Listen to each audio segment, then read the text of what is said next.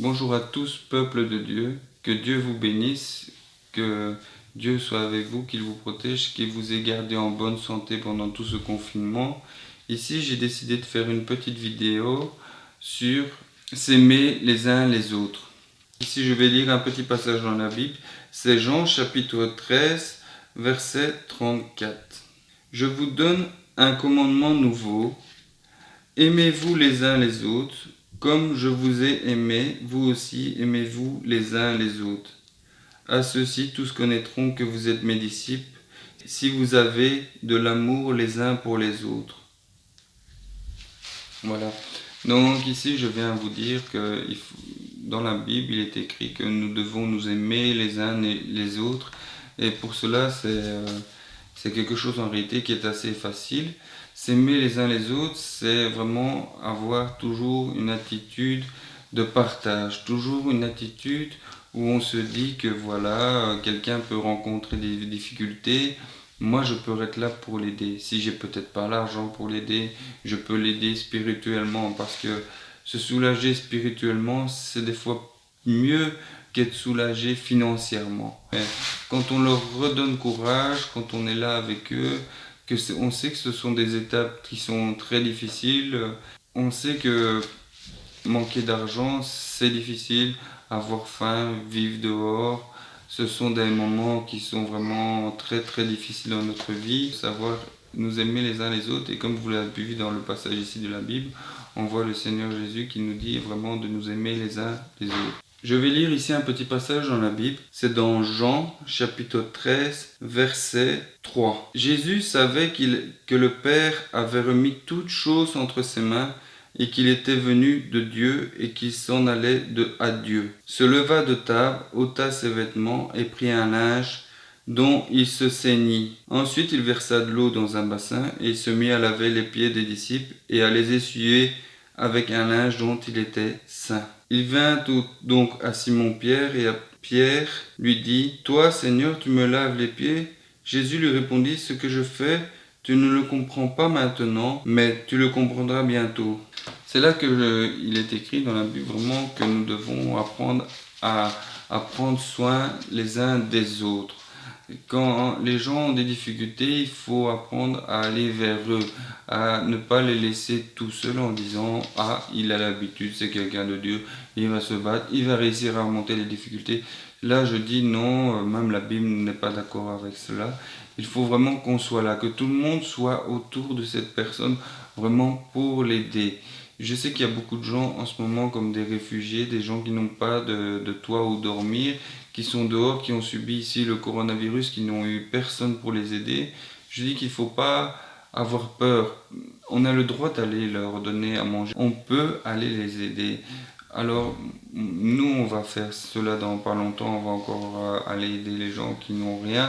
Cela est vraiment important. Ces gens sont en train de souffrir et nous ne les aidons pas. C'est comme si nous regardions encore ce qui s'était passé en Chine avec le coronavirus et que nous ne faisons rien. Alors qu'en réalité, si tout le monde aurait pris un peu sur soi, aurait pris du recul, aurait pu les aider, que ce soit pour les masques, que ce soit pour les denrées alimentaires. La Chine, et même le virus en lui-même n'aurait pas été aussi fort. Nous avons vu que l'Italie commençait à avoir des problèmes. Au lieu de nous entraider, nous avons tout préparé pour nous, égoïstement. Nous avons tout préparé pour nous et nous l'avons mal fait. Si nous aurions tous eu un esprit de solidarité des uns des autres, nous nous serions tous mis d'accord d'une manière de se confiner, une manière de se partager les vivres. Ici, nous voyons vraiment que nous ne sommes pas du tout soudés entre nous. Les gens peuvent souffrir, les gens peuvent tomber par terre. Il n'y a personne qui les aide. Aujourd'hui, nous sommes même des fois un peu hypocrites quand nous sommes dehors à 20 h en train d'applaudir dans la rue, alors que tout le reste du temps, nous ne sommes pas occupés des infirmiers qui réclamaient pour avoir du personnel en plus pour aider ou qui n'avaient pas le matériel pour nous aider. Il a fallu attendre de voir que ces gens se retrouvent vraiment dans la grande difficulté face à un grand virus pour se dire que voilà, nous allons essayer de les aider, nous allons les soutenir, nous allons signer des pétitions.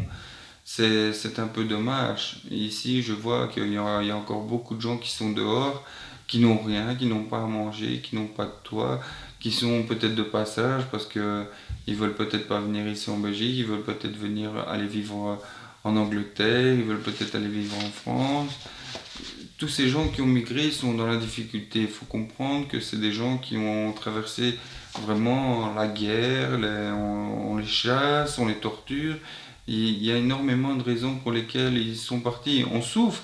Il y a beaucoup de gens qui sont même venus par ici, qui souffrent à cause de nous, les pays occidentaux, qui avons profité, qui avons toutes les richesses de leur pays. On continue même encore à en prendre.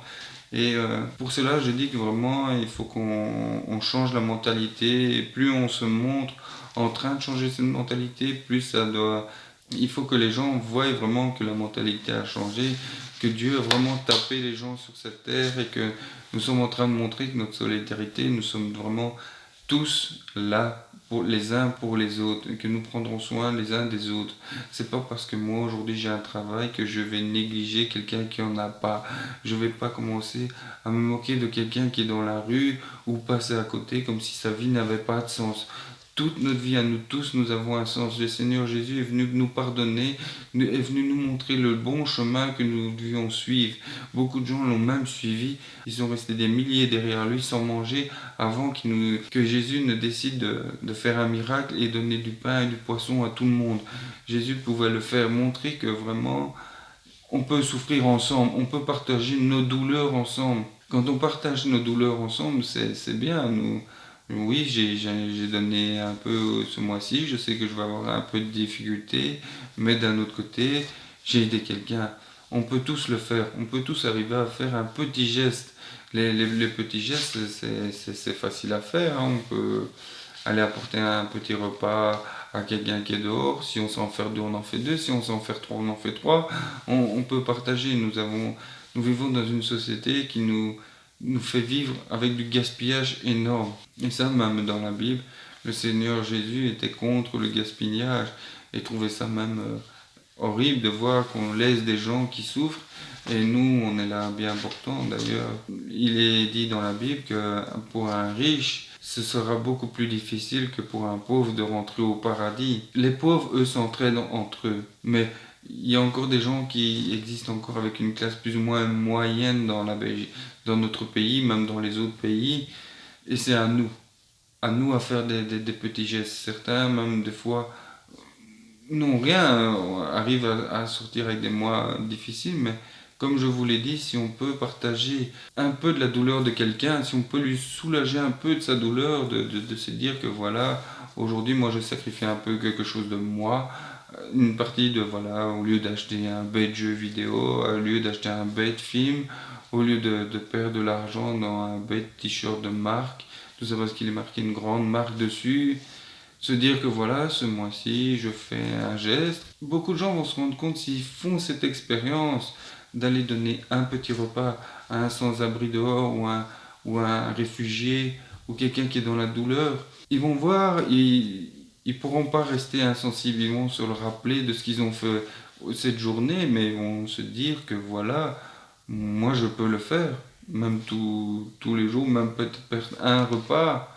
Si on peut si on peut sacrifier un repas pour donner à quelqu'un et l'aider, c'est magnifique. Quand je vois qu'il y a des gens il y a beaucoup de gens qui ne croient pas en Dieu, mais qui font des belles actions.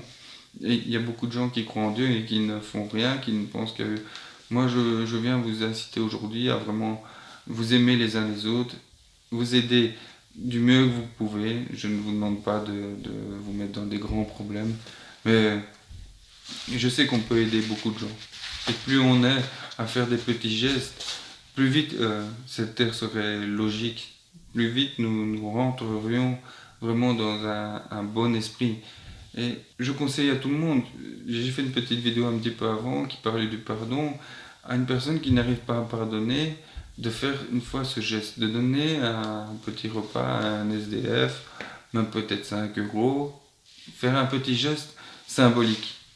Voir une fois la réaction, la réaction que ça apporte, un petit geste symbolique. Alors ici, je vais revenir sur le sujet d'avant, je vais vraiment vous dire que quand vous aurez fait ce geste symbolique, vous allez vous dire que le pardon est s'aimer les uns les autres, ça va ensemble. Je suis vraiment venu faire cette vidéo pour vous dire de vraiment faire un petit geste les uns envers les autres, un petit geste de solidarité, et vous allez voir comme ça peut réchauffer le cœur.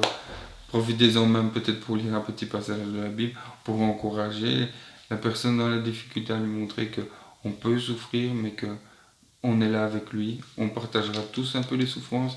Dieu va envoyer chaque fois quelqu'un vers lui, chaque fois quelqu'un viendra l'aider. Moi j'ai connu des moments difficiles et je peux vraiment vous témoigner que Dieu est venu dans mes moments difficiles, même à la dernière seconde. Il a fait des choses que je ne pouvais pas croire.